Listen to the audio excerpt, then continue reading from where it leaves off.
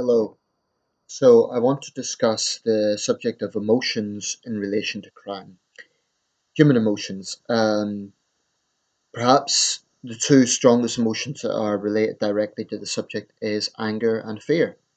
Fear of crime and anger at what crime does to victims.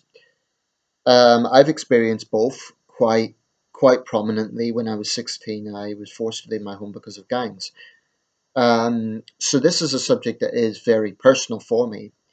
And even though those events happened a long time ago, now 15 years ago, they did have a very influential impact on my philosophy on this, my thinking on this. And it is a subject I've spent a lot of time thinking about. I've been involved in a few debates recently. Some of them got a little bit heated about the subject of crime and about consequences and so forth and so on. And one of the main attractions I've heard from people who take the sort of left wing or liberal approach is that justice shouldn't be determined by emotions, and that those who advocate a more conservative hard line on crime are being guided by emotions. And this is something that I thought about. There's certainly some truth in that. However, what needs to be said is that they too are being guided by emotions, even if they don't admit it. When someone starts to look into the background of an offender, and it could be that they're from a broken home, it could be that they have abusive parents, whatever it is, then they too are playing into emotions. So you can't really take the issue of emotions away from crime. It's almost impossible. Now, being more conservative on crime is not about sort of the flog 'em and hang 'em approach. I think it's very possible to be open minded enough to recognize that punishment on its own is fickle. But those who think there should be no punishment, I don't think that's an open minded approach. You cannot have justice without consequences. Consequences in the context of justice is punishment. And this is not about revenge. It really annoys me when people portray justice as being revenge. It's not. It's fairness. If you were after revenge, Wild West style, then the exact same thing would happen to the perpetrators. That's revenge. Tough justice is not revenge. It's just not. So let's say, for example, you have a gang that brutally beats someone to death. We have had cases like that. Horrible. That gang being sentenced to many, many, many years behind bars is not revenge. It's proportionate. It's a proportionate response to a very serious crime. And it isn't just about the fairness aspect. This is something that I find quite infuriating that some people just can't grasp. Those who actually advocate the abolition of prison, which in my view is a very extreme position, because it's reckless, because it's irresponsible. But the thing about putting away those sort of criminals for a long time, it isn't just about justice. It's also about practicality. You simply cannot let violent people who are going to beat up a total stranger for nothing free to roam society. That's reckless. So I think that it is impossible to detach emotions from the subject of crime.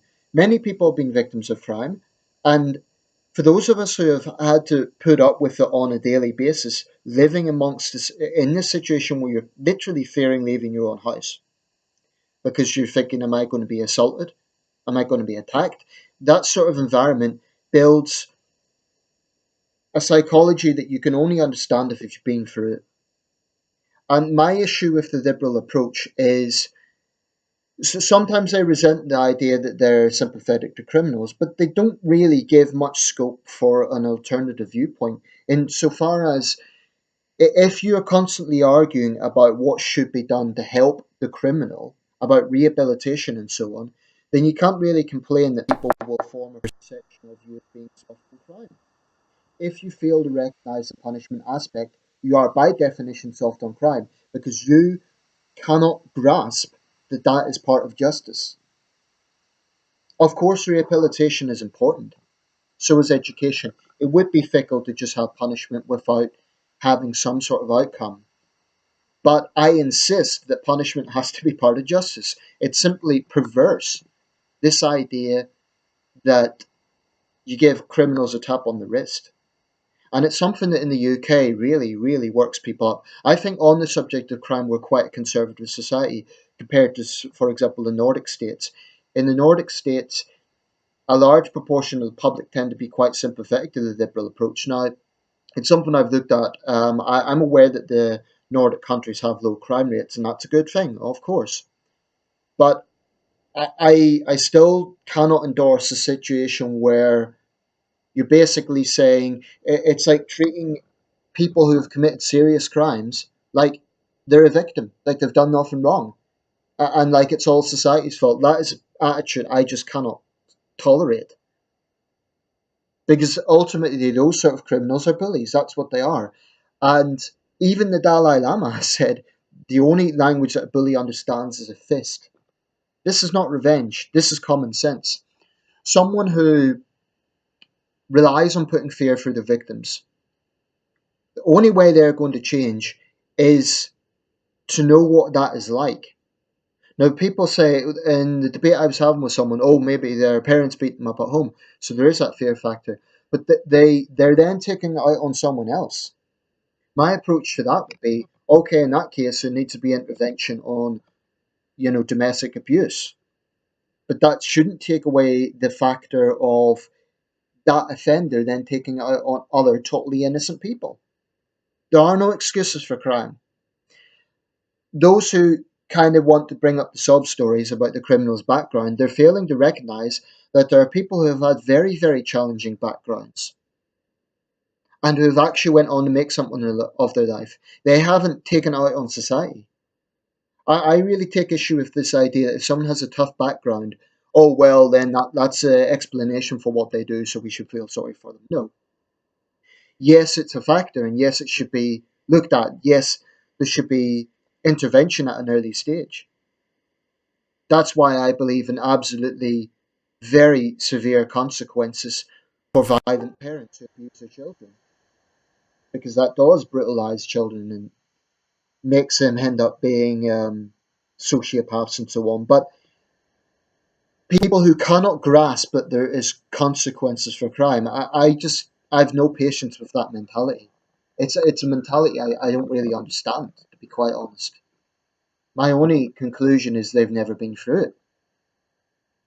Someone who cannot bring themselves to understand that there has to be a consequence for an action. I don't even know where to start with such people. I understand the argument that it's fickle to just have punishment and that's it. I do understand that.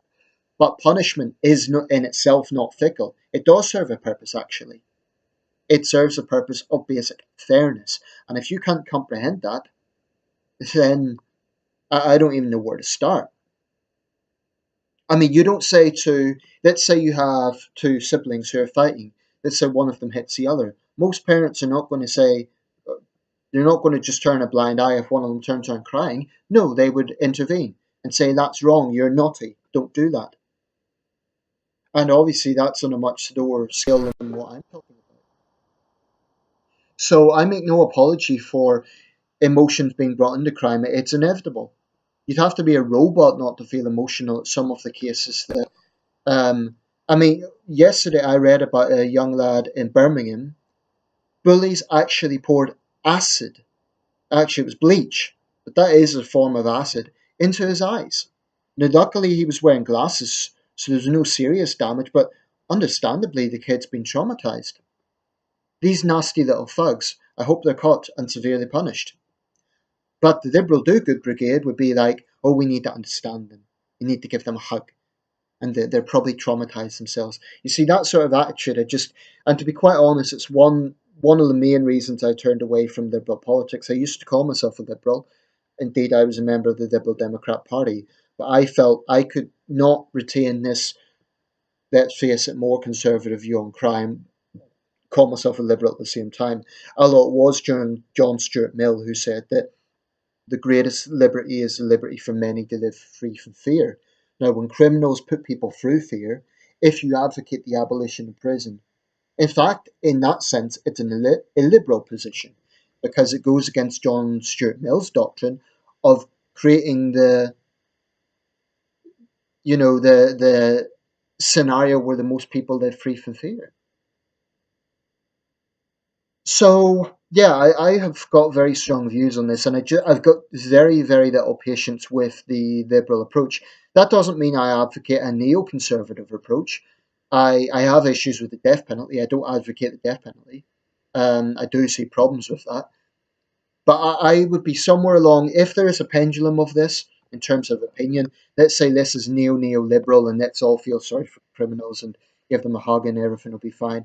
And this is like neoconservative, oh, hang them all, sort of the Duterte approach in the Philippines. I would be somewhere maybe around here. I'm quite hard line, but I'm not in the extreme aspect of things like, oh, just kill them all or something like that. I do believe in fair trials, etc. Um, but I can never endorse the other extreme, which is just like give them a tap on the wrist. I just think that's immoral. People might say the only time, by the way, I think emotion should be taken out of it is in juries. In juries, it is important to take emotions out of the subject of crime because they can prejudice a trial outcome. So that is important to take away emotions there. Although it's hard because juries are only human and they hear the evidence. You'd have to be a robot not to be moved by some of the most extreme cases. Anyway, I'll leave it there. Let me know your thoughts.